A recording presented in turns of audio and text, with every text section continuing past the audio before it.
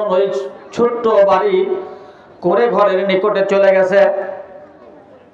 লক্ষ্য করে দেখে ঘরের মধ্যে ছোট্ট একটা বাচ্চা কান্না করতেছে, আর একজন বৃদ্ধ মহিলা ওই বাচ্চাকে থামানোর জন্য চেষ্টা করতেছে, কিন্তু বাচ্চা থামে না। মদখোর যুবক আস্তে আস্তে একটু আগায় গেল, যায় দেখে ঘরের ভিতরে অন্য কোনো লোক নাই, একটা বাচ্চা ছেলে কান্না করতেছে, আর একজন বৃদ্ধ মহিলা ওই বাচ্চার কান্না থামানোর জন্য চেষ্টা করতেছে। একটু জোরে জোরে পড়ুন সুবহানাল্লাহ।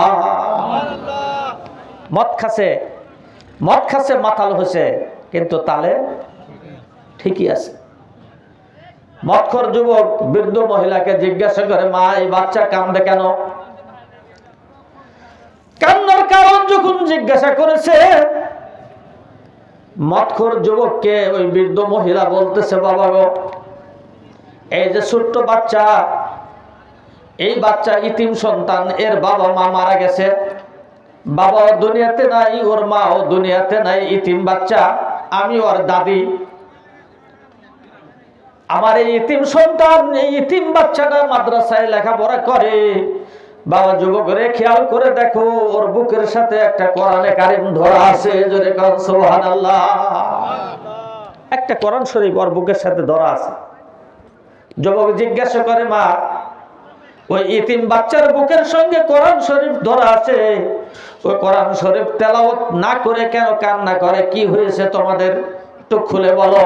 বৃদ্ধ মহিলা বলতেছে, বাবা এই ইতিম সন্তান পড়বে, কিন্তু বাতির মধ্যে কোনো তেল নাই, আমার হাতে এমন কোনো পয়সা নাই যেই পয়সা দিয়া এই বাতির জোগাড় করে ওকে পড়ার সুযোগ করে দেব, এই সুযোগ আমার নাই, কারণ আমি অসহায় গরিব মানুষ, আমার কাছে কোনো টাকা নাই, একটা মোমবাতি কিনবো এই পয়সাও আমার কাছে নাই, রাত্রে বেলায় তাকে বাতি লাগাই দিয়ে ওই কোরআন পড়ার সুযোগ করে দেব, সেটা আমার সামর্থ্য নাই। ও কোরআন পড়তে না পারে, আল্লাহর কোরআন বুকের সাথে নিয়ে বাচ্চাটা কান্না করে, জোরে কান সুবহানাল্লাহ। এটা কষ্টের কথা মদখোর যুবককে শোনায় দিল।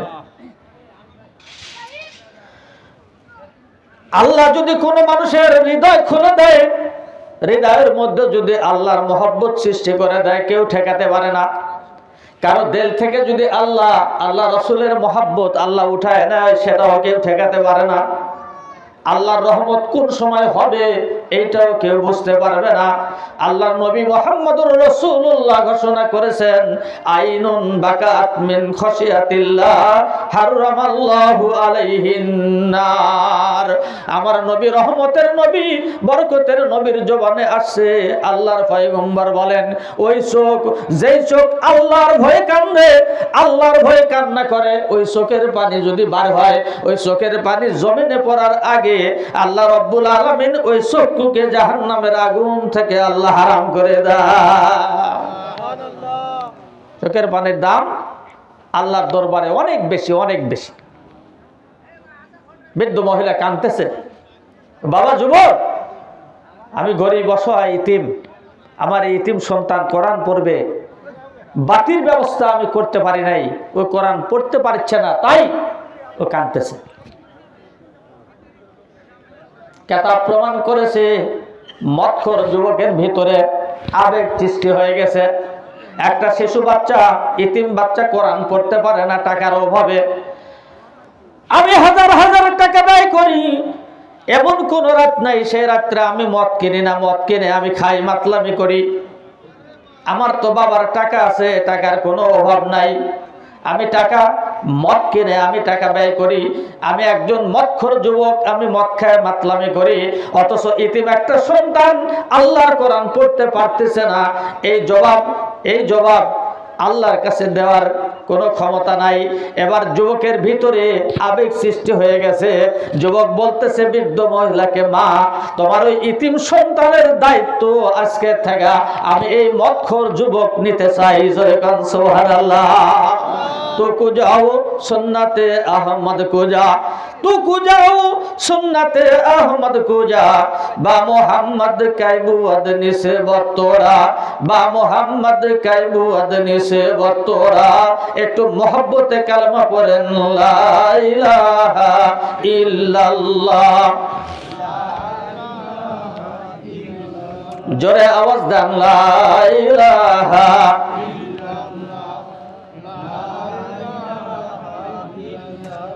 লা ইলাহা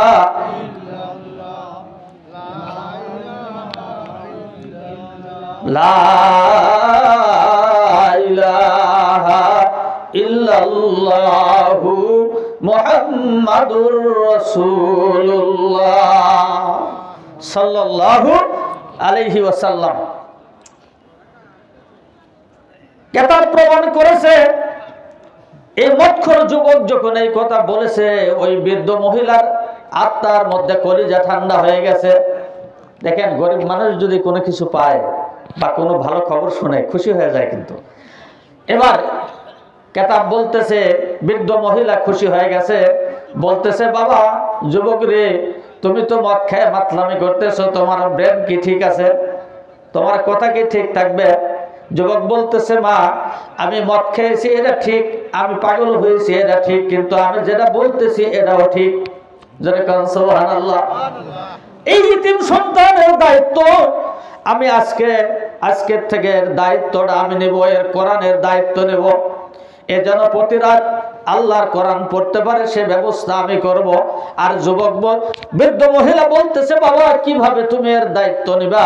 যুবক বলতেছে মা, ওই আল্লাহর হাতে আমার জীবন, যে আল্লাহ আমাকে সৃষ্টি করেছে, যে আল্লাহ আমাকে হায়াত দিয়েছে, যে আল্লাহ আমার বাবাকে মালদার বানিয়েছে, টাকা পয়সার মালিক বানাইছে, ওই আল্লাহর কসম করে বলি আমি আজকে তোমার এই ইতিম সন্তানের কোরআন পড়ার দায়িত্বটা আমি নেব। আর আজকে তোমার কাছে ওয়াদা করলাম, যেই টাকা দিয়ে প্রতি রাত্রিতে আমি মদ কিনি, ওই মদের টাকা আমি আর মদ খাবো না। আজকের থেকে আমি আমার মদ কেনা ছেড়ে দিলাম। মদ কেনার পয়সা দিয়ে আমি ওই আল্লাহর কোরআনের খেদমত করতে চাই। জোরে কান সুবহানাল্লাহ।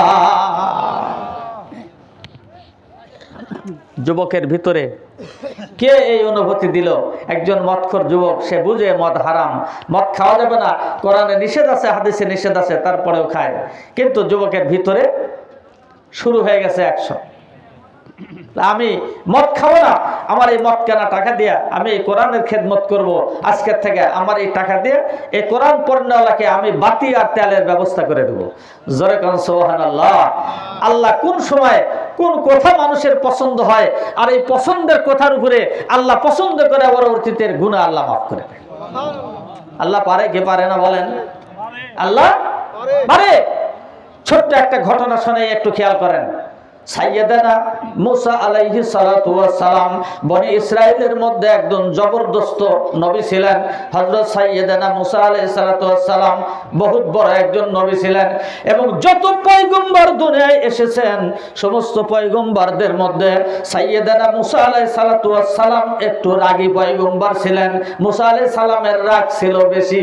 জোরে কান সুবহানাল্লাহ। এই যে আপনারা যেরকম কোরআনের কথা শুনতেছেন, আমি বলতেছি এরকম একদিন এক মজমার মধ্যে সাইয়েদানা মুসা আলাইহিস সালাম কথা বলার পরে উনি মোনাজাত দোয়া করবেন, দোয়া শুরু করে দিয়েছেন।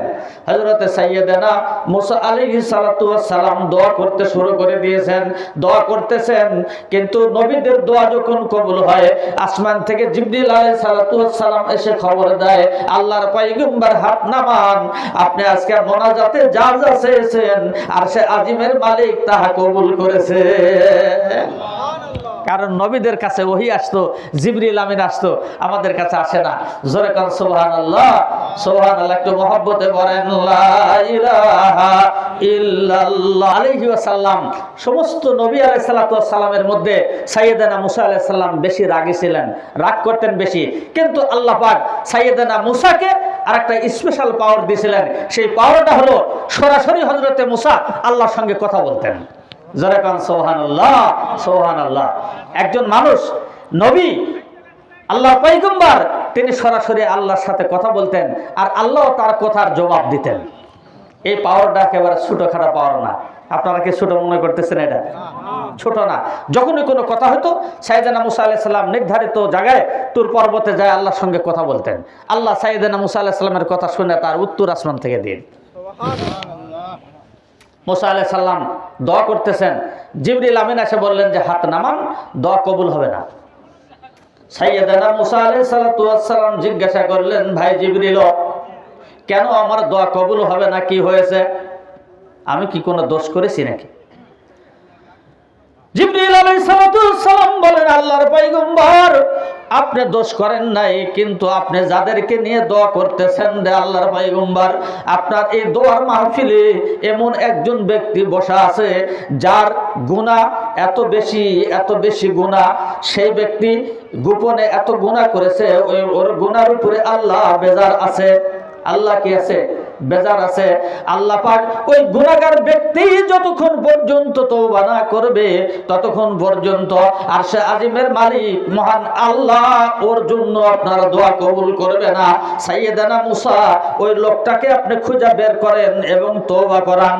লোকটা যদি তওবা করে আবার যদি আপনার এই মাহফিলে দোয়ায় শরীক হন, মহান আল্লাহ ওহী পাঠিয়ে দিয়েছেন, ওই তওবাকারী তওবা করা, গুনাহকারী তওবা করার পরে দোয়া করলে মহান আল্লাহ আরশে আজিম থেকে দোয়া কবুল করবে। কিতাবে লেখা আছে, এই কথা জিবরিল আমিন বলার পরে মুসা আলাইহিস সালামের চোখ বড় হয়ে গেছে, লাল হয়ে গেছে রাগে। এত বড় কথা! আমার এই মাহফিলে, আমার দোয়ার মাহফিলে এত বড় গুনাহগার মানুষ আছে, কে? এই গুনাহগার মানুষকে বাড়ি করে আগে পিটার দরকার। সাইয়েদানা মুসা আলাইহিস সালাম খুব রাগে ছিলেন, কথা না বলতে হাত উঠতো আগে। কথা কি বুঝেছেন? এরকম কিছু মানুষ কিন্তু সমাজে এখনো আছে, নাই? আছে কিছু উশৃঙ্খল মানুষ আছে, এক দুই কথা না করতেই মারা দেয়। আবার এমন কিছু মানুষ আছে যারা সারাদিন ঝগড়া করে, মারার মশান করে, কিন্তু মারে না। সাইয়েদানা মুসা আলাইহিস সালামের রাগ হয়ে গেছে, বলতে, আল্লাহ, এ আল্লাহ, তুমি আগে সবর করো, একটু দেরি করো, সে লোককে আগে আমি খুঁজে বাড়ি করি, তারপরে ওর অবস্থা আমি কি করি, তারপরে তুমি দেখো।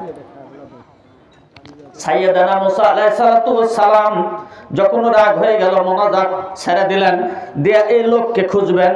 কিতাব প্রমাণ করেছে যেই লোক এত বড় গুনাহগার, ওই লোকের গুনার খবর মহান আল্লাহ জানেন, আর ওই লোক জানেন, দুনিয়ার কোনো মানুষ জানে না। সাইয়েদানা মুসা পয়গম্বরের ভয়ে রাগী মুসা এই মাহফিলের মধ্যে যদি প্রমাণ হয়ে যায়, লোকটি চিন্তা করে আমার গুনার খবর যদি প্রমাণ হয়ে যায়, আর লোকজন যদি জানে যে আমি অত বড় গুনাহগার, আমার জন্য দোয়া কবুল হচ্ছে না, সাইয়েদানা মুসা এই দরবারের মধ্যে আমাকে অপমান করবে, মারবে। লোকটা গোপনে গোপনে আমার আল্লাহকে ডাক দে, বলে, আল্লাহ, আমি গুনাহ করেছি, সেই গুনার খবর তুমি একমাত্র জানো, দুনিয়ার কোনো মানুষ জানে না।